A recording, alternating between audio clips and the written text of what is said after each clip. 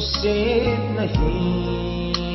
hin hoa đình mong hi đôi nay xuống đầu dập dè nô hát tiếng nó có dinh tiếng ca nô nghe lạc nhân thì gì in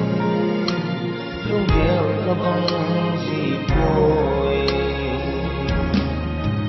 vô chung bất thiên cả lung xếp nụ to mi giang vọc để thân nàng hát cùng lung xếp vì ta cất dân ở gần đây có khăn khô hình ngày nay hết thêm mô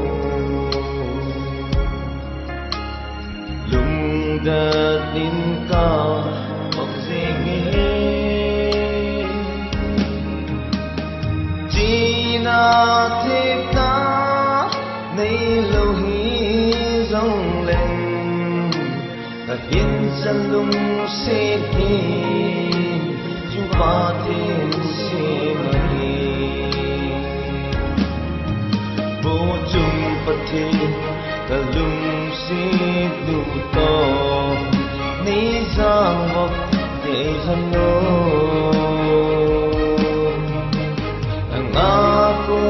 lung xếp đi ta cất chân ở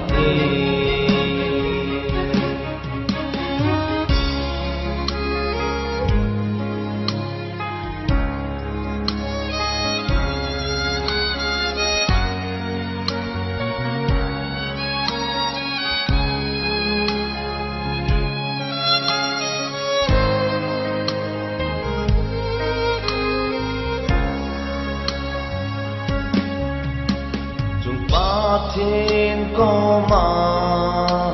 và cùng tao gì để bồi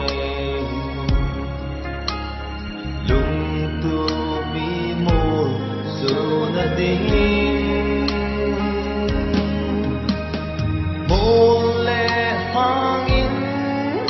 đi khăn gì hắn dòng lệ và yên lung xịt nan vàng in khăn dấu gì bôi vô chung bất thiên cả lung xít nụ to mấy giang vọng để thân nô